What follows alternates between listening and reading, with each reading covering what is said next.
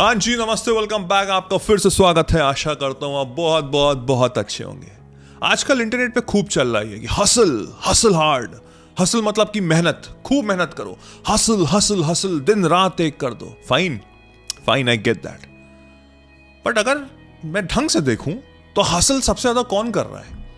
रिक्शे वाले सबसे ज्यादा मेहनत कर रहे हैं।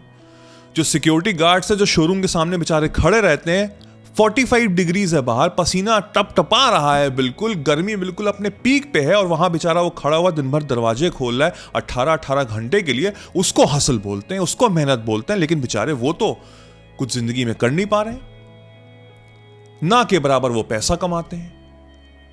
जिंदगी उनकी पूरी संघर्ष से भरी चल रही है। उनसे ज्यादा हसल तो आप और मैं तो नहीं कर रहे हैं, लेकिन उनकी जिंदगी तो बहुत खराब है। तो इसका क्या मतलब हुआ? समझना मेरी बात को, ये वीडियो बहुत ज्यादा इंपॉर्टेंट है। हसल से पहले ये जो यहां वॉर चल रही, यहां जंग चल रही ना, इस पे आपको विजय प्राप्त करना बहुत जरूरी है।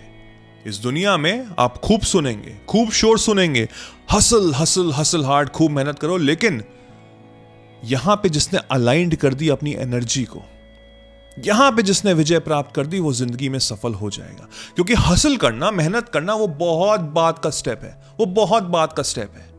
पहले हमको अपनी अलाइनमेंट करनी है अपनी एनर्जी को। आपका सक्सेस डिपेंड करता है कि कैसे आप अपनी इनर एनर्जी को अलाइन करते हो, अपने अंदर की एनर्जी को कैसे अलाइन करते हो, वो बताएगा कि आप कितने सक्सेसफुल होंगे। क्योंकि मेहनत तो बहुत लोग करते हैं। आप अपने घर में, अपनी सोसाइटी में देख लीजिए, बहुत से लोग होंगे मेहनती, लेकिन वो सिर्फ संघर्ष कर रहे हैं, हैंड टू माउथ चल रहा है।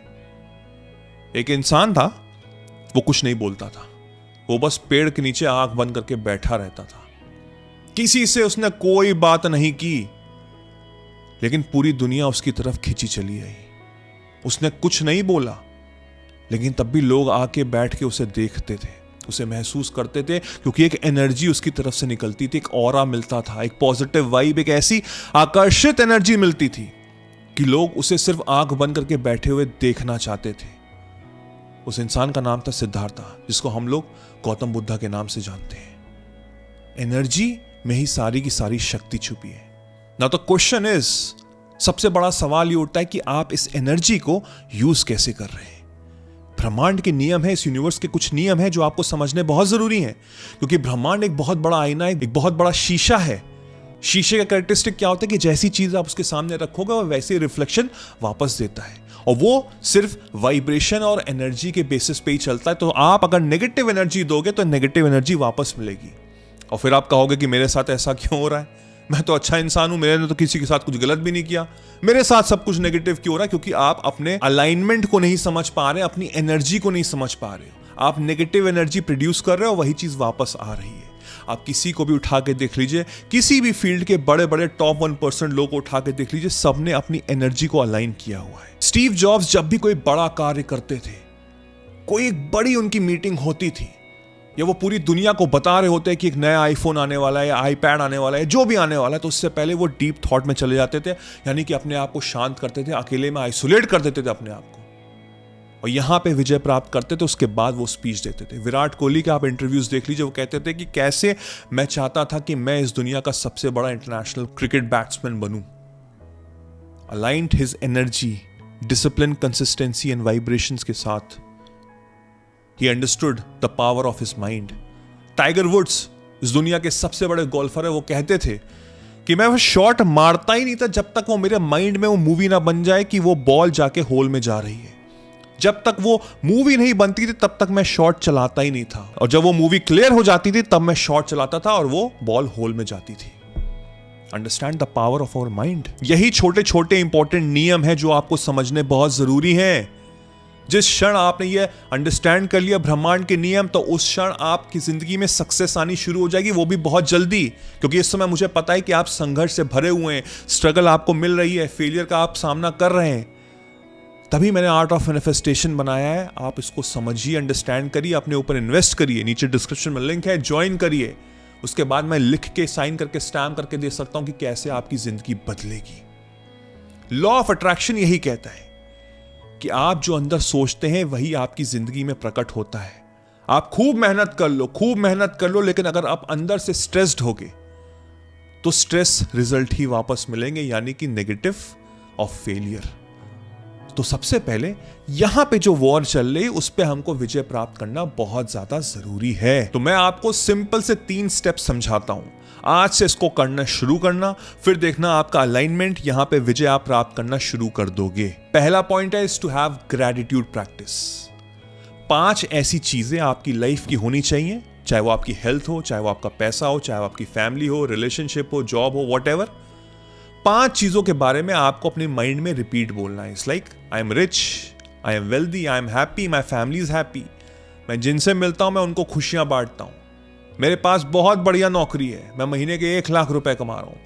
से it in a gratitude way, as if कि वो हो चुका है। माइंडसेट को चेंज करो, इस वाइब्रेशन को बदलो। Second point is purpose reminder, यानी कि you need to remind yourself कि तुम्हारी जिंदगी का पर्पस क्या है, तुम चाहते क्या जिंदगी से प्राप्त करना। मैं अच्छी नौकरी चाहता हूं, अच्छा रिलेशनशिप चाहता हूं, बढ़िया मकान चाहता हूं, कार चाहता हूं। तो उस पर्पस ड्रिवन माइंडसेट को होना चाहिए, यानी कि आपको डेलिबरेटली यहां पे माइंड में उसको याद दिलाना है अपने आप को कि मुझे ये चाहिए, मुझे ये चाहिए, क्योंकि डिस्ट्रैक्शन भरी दुनिया है। हर क्षण हम डिस्ट्रैक्ट हो रहे हैं, चाहे लोगों से, चाहे सोशल मीडिया से, हर चीज से आपको बाहर निकलना है। और वो तभी आप कर सकते हैं जब आप अलाइन होंगे टुवर्ड्स द पर्पस, जो चीज आपको चाहिए इस जिंदगी से। And the third point is energy ritual, यानी कि आपको अब एक रिचुअल बनाना है अपनी एनर्जी को अलाइन करने। उसके लिए हमको क्या करना है, हमको मेडिटेशन करना है। 15 मिनट्स आंख बंद करके बैठ जाओ, कॉन्सेंट्रेट करो अपनी ब्रेथ पे, चाहे तो सेंटर पे कॉन्सेंट्रेट करो, थॉट्स आ रहे हैं आने दो, उनसे फाइट मत करो। उसके बाद म्यूजिक चला दो, विजुअलाइज करो, विजुअलाइजेशन करो, क्योंकि 10 मिनट 15 मिनट मेडिटेशन करने के बाद आपके अंदर से नेगेटिविटी चली जाएगी, आप काम हो जाओगे। उसके बाद जब आप भरोगे पॉजिटिव थिंग्स, तो वो चीज़ सीधे सबकॉन्शियस माइंड में अट्रैक्ट करेगी और उसी थॉट प्रोसेस को लेके चलना है। तो ये जब आप 3 पॉइंट्स करोगे तो जो कचरा भरा हुआ है वो धीमे धीमे जाएगा, आप अलाइन हो जाओगे towards the thing you want from this life. क्योंकि आपको समझना बहुत जरूरी है कि हार्ड वर्क से पहले आपको अपनी एनर्जी अलाइन करनी बहुत जरूरी है। जब आपने एनर्जी अलाइन कर दी, उसके बाद जब आप हार्ड वर्क करोगे तो उसका आपको रिजल्ट मिलेगा। पहले ही आप हार्ड वर्क कर दोगे, एनर्जी अलाइन नहीं करोगे, तो यहां पे स्ट्रेस है, स्ट्रगल है, फेलियर है, तो फिर आपको आउटर लेवल पे, बाहर पे भी आपको सिर्फ फेलियर ही मिलेगा। So you need to make sure कि अपनी एनर्जी को अलाइन करना शुरू करो। कमेंट में लिखो आई विल डू इट, मैं आज से करूंगा, जिससे मुझे पता लगे कि आपने वीडियो को एंड तक देखा है और समझा है हर चीज। कुछ और डाउट्स हो, कुछ और चाहते हो आप, आज से इसको करो, अपनी जिंदगी को चेंज करो। मेक श्योर कि जो 24 घंटे आप बिता रहे हो हर दिन, वो खुशी से भरे हो, वो जॉय से भरे हो, वो एनर्जी से भरे हो, क्योंकि वही एक अलाइनमेंट है। आपने नोटिस किया होगा कि एक हंसता हुआ खुश इंसान वो जिंदगी में बहुत कुछ प्राप्त कर लेता है, लेकिन एक नेगेटिव इंसान वो हर चीज खो देता है। जो रोता रहता है उससे लोग भी दूर भागते हैं और चीजें भी दूर चली जाती हैं। So be joyous, be happy. I wish you all the very best.